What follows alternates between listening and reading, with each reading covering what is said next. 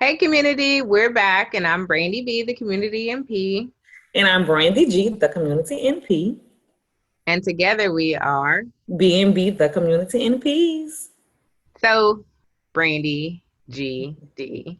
What are we going to talk about today? We're going to talk about alcohol. And what so let's just start with the definition.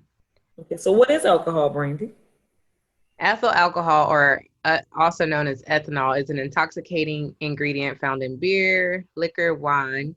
Alcohol is produced by the fermentation of yeast, Hmm. sugars, and starches. Okay, stop right there. Stop right there. Okay. Okay, so you say alcohol is produced by the fermentation of yeast, sugar, and starches. So that tells me right there that's why it's not good for you. Yep. That's why it makes you gain weight. And have that little belly fat. Yes, that's why. Yep. Hmm. So basically, alcohol can affect every organ, but it's a central nervous system depressant. So in on the streets, is considered a downer. Hmm.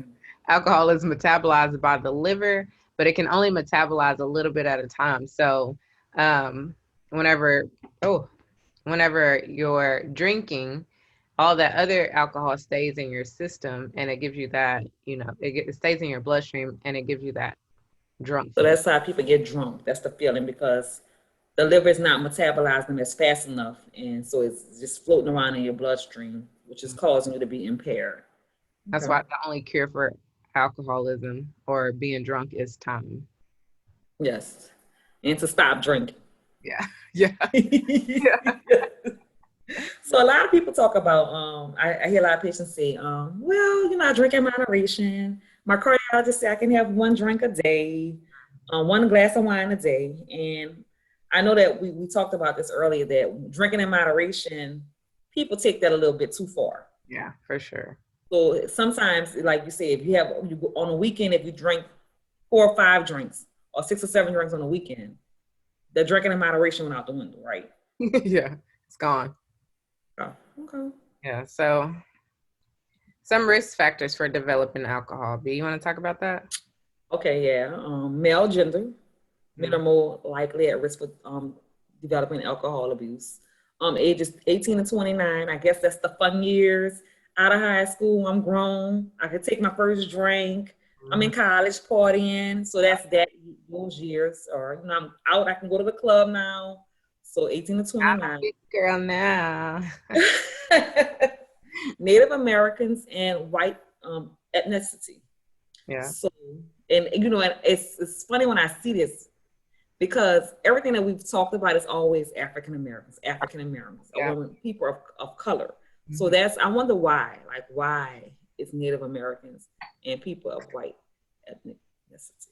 I have no idea. Ethnicity. I don't know how to say that word. I'm trying to Ethnic- say that word. I don't know. Hmm. But also, people, with significant disabilities often develop alcohol disorders, and then other substance abuse disorders can lead to you becoming an alcoholic. Yeah, So, using drugs and stuff like that, and you start mixing that together. I can see how that can happen. mood disorders like depression or bipolar, schizophrenia, personality disorders, and then being transgender, which I thought was interesting. I know that is interesting being transgender, but like society is something different, and people may not accept it, and it could be probably could be stressful Yeah. and depressing. So sometimes, so yeah, and genetics. Yep. So genetics can you can have that addictive gene.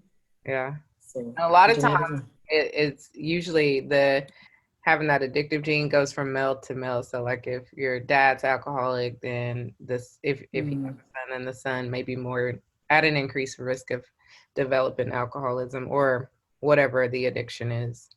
okay. Okay. So what does alcohol put you at risk for? Everything. Lots of things. Lots.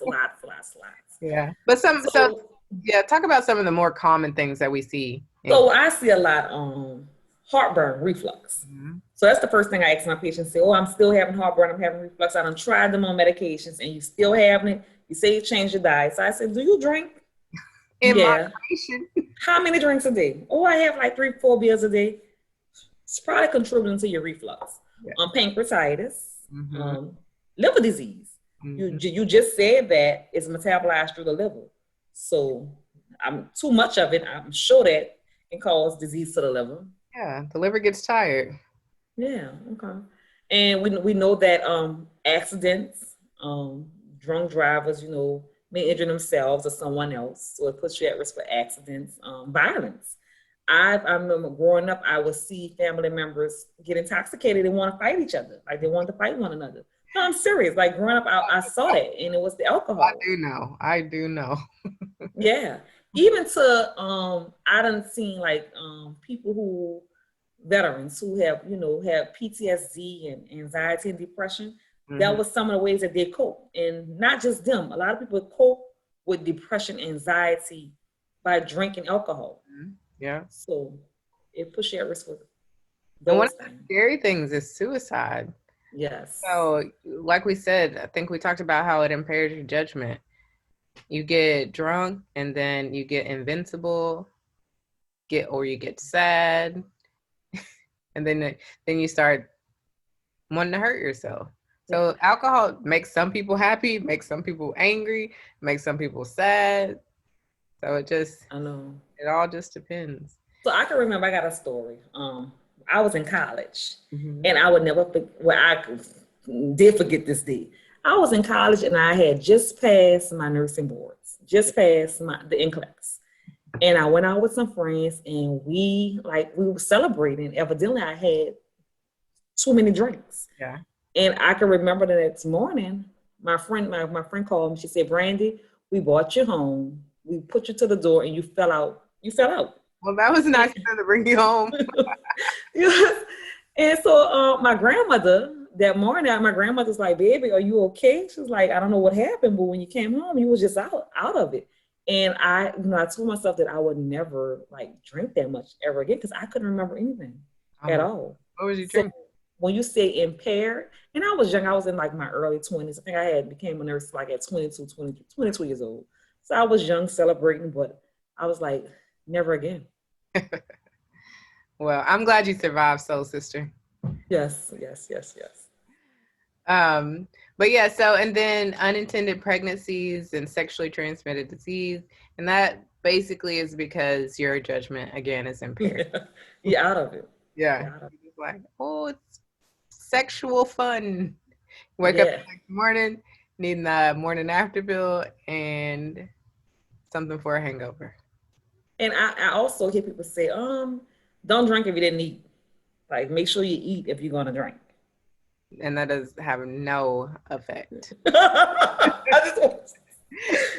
Might make it harder for you to throw up, but or give you something to throw up if you get too drunk. But yeah, so that's not sober you.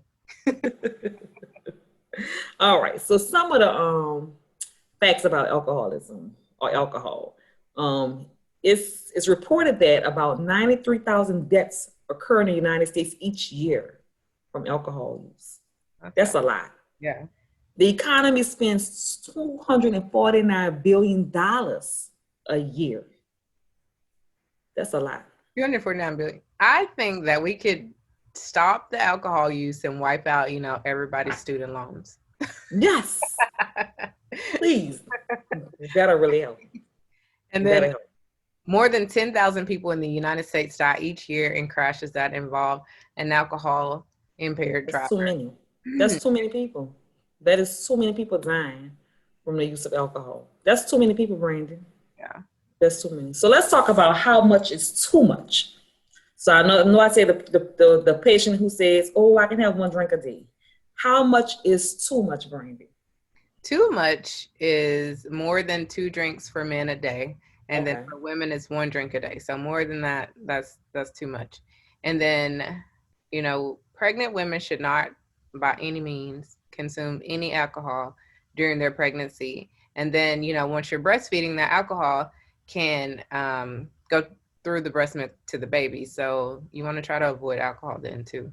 So I've had a pregnant patient who told me that she would drink wine. Mm-hmm. She was okay for her to have a glass of wine, which I didn't agree with that. And when she had the baby, she said she would drink and then she would pump and dump. Mm. And then, what you think about that? I don't know. I mean, I guess it depends on how much you drink. I don't know. I wouldn't do it just because Okay. my need for alcohol isn't more important than my child. So Yes. I personally wouldn't pump and dump. Okay. Okay. Not just so that I could drink. If I was just wanting to drink that bad, I'd just be like, okay, I'm not gonna breastfeed. Breastfeeding. Oh. Okay. Some other definitions of how much is too much. Heavy drinking in men is 15 drinks a week or 4 in a day. That's a lot. It is. And women, 8 drinks a week or 3 in a day. So that's considered heavy drinking. Yeah. Then we have binge drinking. 4 or more drinks for women or 5 or more drinks for men in a 2-hour time frame. Now, who's drinking 4 drinks in an hour, 2 hours, or 5 drinks in 2 hours? That's a lot. It's doable though. It's doable. Once we talk about the sizes, you'll see how easy it is to hit that 4 drinks in 2 hours. Okay, so let's talk about the sizes. So what's considered one drink? 1 12-ounce bottle or can of beer. Okay, so this right here, I have, this is 11.2 ounces. So this is almost one drink.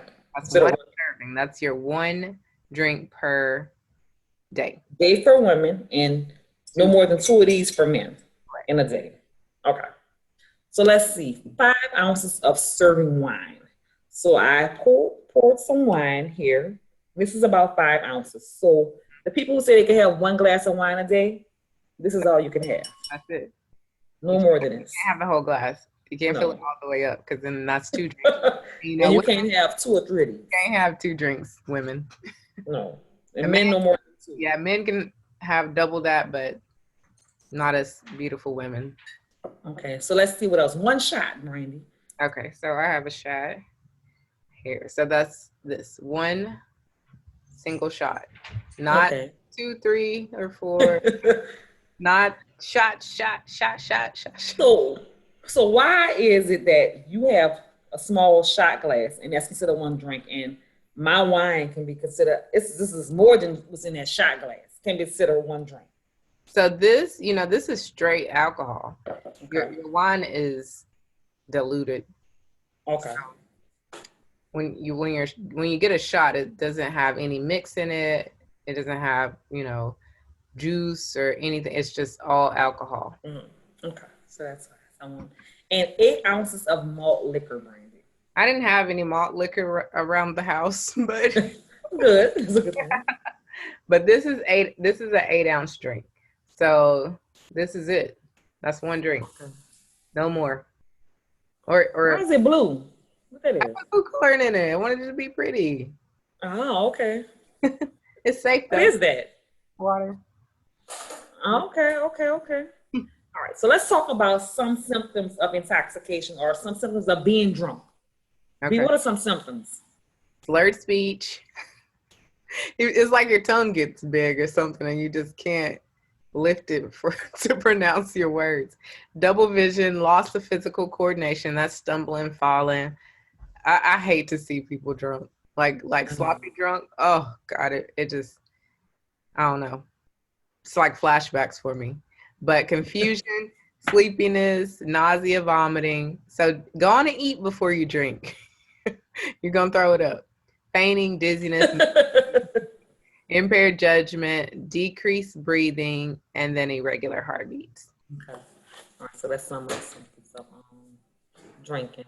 So we know that there's a questionnaire that we do with our patients called the Cage Questionnaire. Mm-hmm. And it's like a screening to see if you're drinking too much, basically. Okay.